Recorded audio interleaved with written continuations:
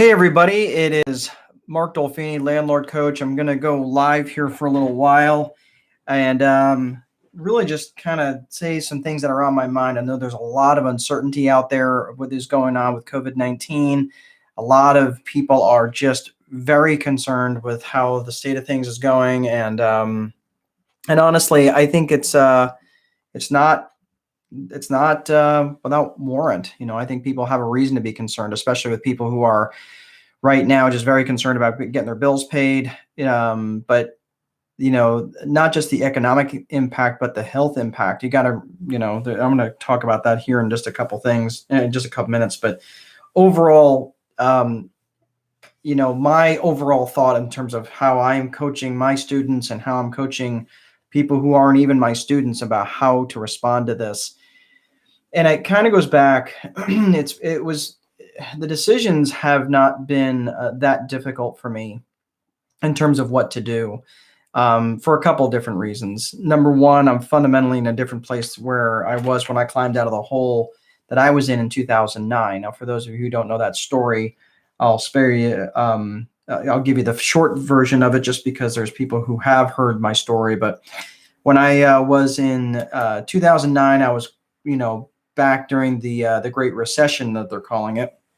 When the mortgage crisis was going on, there were people who just who weren't paying me. A lot of my residents, I was bringing in roughly $60,000 to $65,000 a month in rent revenues, and in 1 month's time, that basically went away. It went down to about $30,000 a month, and that happened month over month. And all the cash reserves that I had were basically chewed up in about 45 days, and I found myself in a pretty desperate situation about 60 to 90 days after that. So you can imagine that, where we're at right now, we're still dealing with levels of uncertainty that we weren't dealing with at that point in time. But my core values hadn't changed. And that's, when I coach, either whether it's property managers or individual investors, whatever, I coach them to try to set up a business so they're not creating a job for themselves, right? Well, as I coach these people, I often think of coaching them around a set of core values. Now, it's a set of core values, what they just truly value. What is it that drives them? What's their core beliefs? How do they define justice, right? Like, what is just for them? And when you can identify these set of core values, all of a sudden it's easier for you to make decisions by, right? You don't have to look at every decision and think about what's the right thing to do. What's the way that I should handle this? You can just react based on your set of core values. It basically becomes your constitution about how you run your company.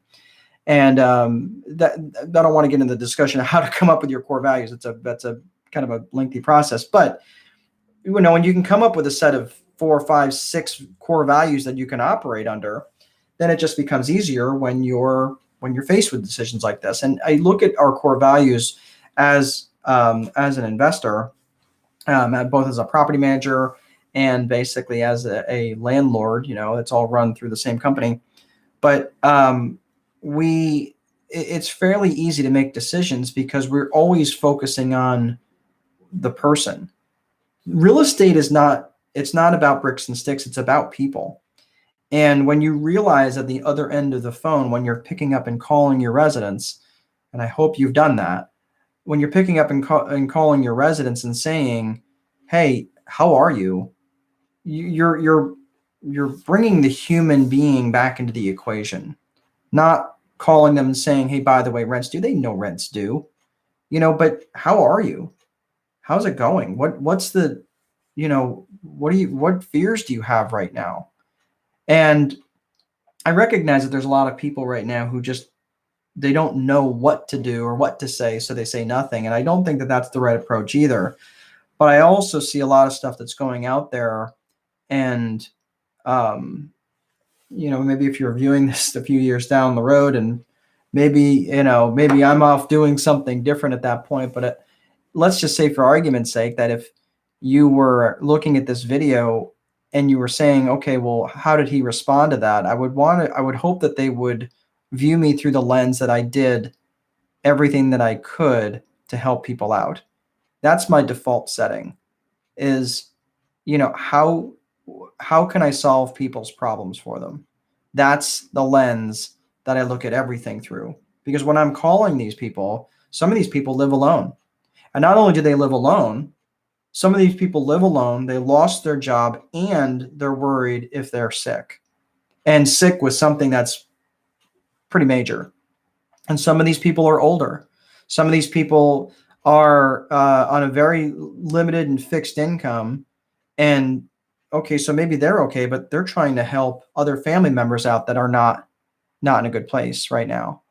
So there's so much uncertainty that's out there that I really think you have to go back, remember the human element in this. That real estate, it's not about bricks and sticks, it's about people.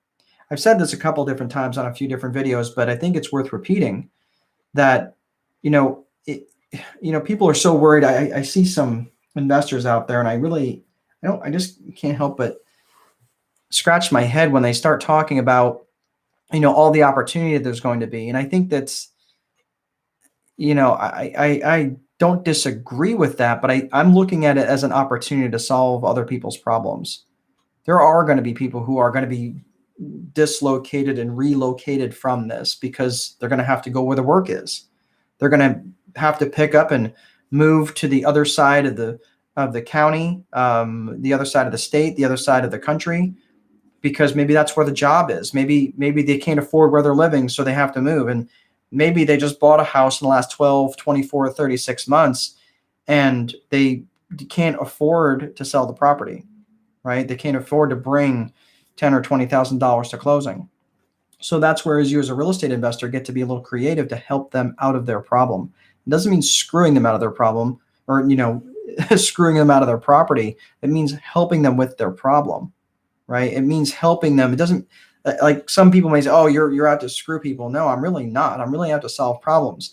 Now, I truly believe that, money is just the byproduct of solving other people's problems. I really, in my heart, believe that. I mean, look at some of the most successful people in the world, and look at how many problems they've solved for people. Let's take Bill Gates, for example. Bill Gates solved a lot of problems by bringing the computer into the household. I mean, I remember typing up, for those of you who remember actually using a typewriter to type a term paper the night before it was due. That sucked, right? Copying and pasting, and you're going, man, I wish that paragraph was up here, and you don't want to retype the whole thing. So you got really good at making your margins, right, from the top to the bottom. I mean, it was a nightmare, but that changed all that, right? He solved a lot of problems, so he deserves the money that he has. He absolutely does. He solved a lot of problems for people. So I think if you go about it from that perspective, and that's the way I've always gone about it in business, and maybe I'm not as successful as I could be, but I'm successful enough because I feel like I solve a lot of people's problems, and I'm doing it in a way that I can sleep at night, in a way that I feel that is a way that I can replicate over and over and over again. And I don't have to keep going back and saying, okay, well, what would I do in this situation? What would I do in that situation? Because I'm operating under a set of core values. My business operates under a set of core values. So even if I'm not here, my employees, my managers know what's the rule book to operate under, right?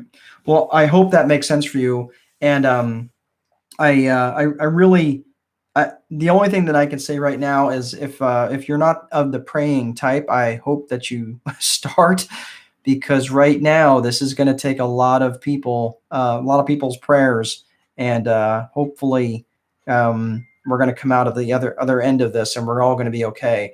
I was on somebody was interviewing me today from a RIA. And one of the things that they said, and this is where I'm going to wrap up and we'll close this out. But, everybody remembers 9/11.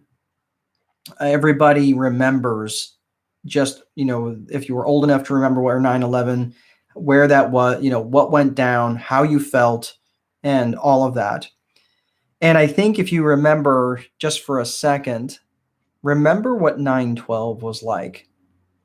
9/12, we've been punched in the gut But if you remember what 9/12 was like, I mean, as bad as it was on 9/11, 9/12 was pretty freaking cool.